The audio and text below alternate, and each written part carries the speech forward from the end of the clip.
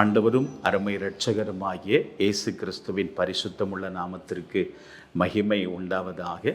இந்த நாளிலும் பெதஸ்தா ஜெபைக்க ஊழியத்தின் சார்பாக உங்களை சந்திப்பதிலே நாங்கள் மிகுந்த மகிழ்ச்சி அடைகிறோம். அப்போஸ்தலனாகிய பரிசுத்த பவுல் கொரிந்தியருக்கு எழுதின முதலாவது நிருபம் 1ஆம் அதிகாரம் 18ஆம் வசனத்தை நீங்கள் வாசித்து பாருங்கள்.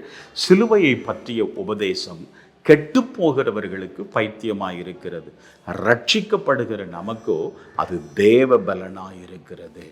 ஆண்டவராகிய இயேசு கிறிஸ்து உங்களுக்காக, எனக்காக, நமக்காக இந்த உலகத்திலே அவர் வந்து மனுஷகுமாரனாய் அவதரித்து நமக்காக தம்முடைய ஜீவனை அவர் கொடுத்திருக்கிறார். அவரை விசுவாசிக்கிற எந்த ஒரு ஜாதி ஜனமாய் இருந்தாலும் அவர்களுடைய வாழ்க்கையில அவர் தம்மை வெளிப்படுத்துகிற தேவனாய் இருக்கிறார். சிலுவையிலே ஏராளமான ரகசியங்கள் அடங்கியிருக்கிறதை நம்மால், அதாவது தேவ பிள்ளைகள் அதை தெளிவாய் உணர்ந்து கொள்ள முடியும். உலகத்தில் எந்த ஒரு ஜனமாய் இருந்தாலும் சரி, இயேசுவை நம்பி அவருடைய சமூகத்திலே வரும் பொழுது நிச்சயமாக அவருடைய வாழ்க்கையிலே ஒரு பெரிய மாற்றத்தை காண முடியும்.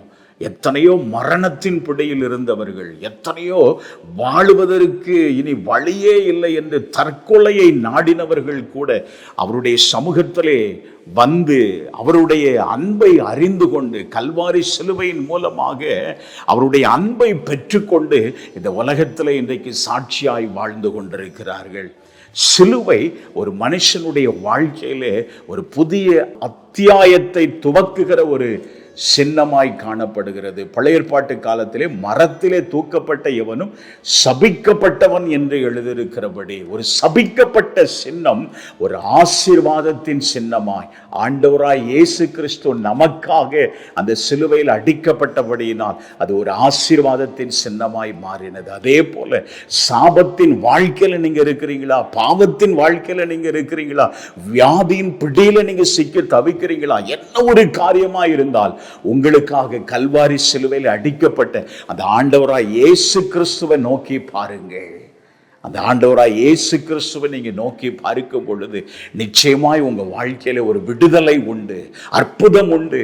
உங்க பிரச்சனைகளை கர்த்தர் மாற்றுவார். உங்க கண்ணீரை அவர் துடைப்பதற்கு அவர் உண்மையுள்ள தேவனாய் இருக்கிறார். உங்களுக்காக நாங்கள் ஜெபிக்க விரும்புகிறோம். ஜெபிக்கலாமா?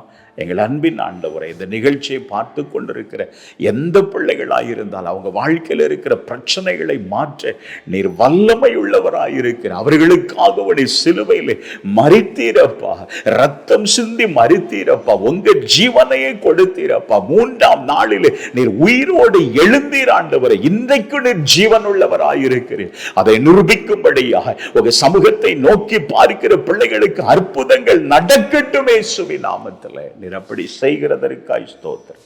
இயேசுவின் நாமத்தில் ஜெபிக்கிறோம் நல்ல பிதாவே, ஆமென்.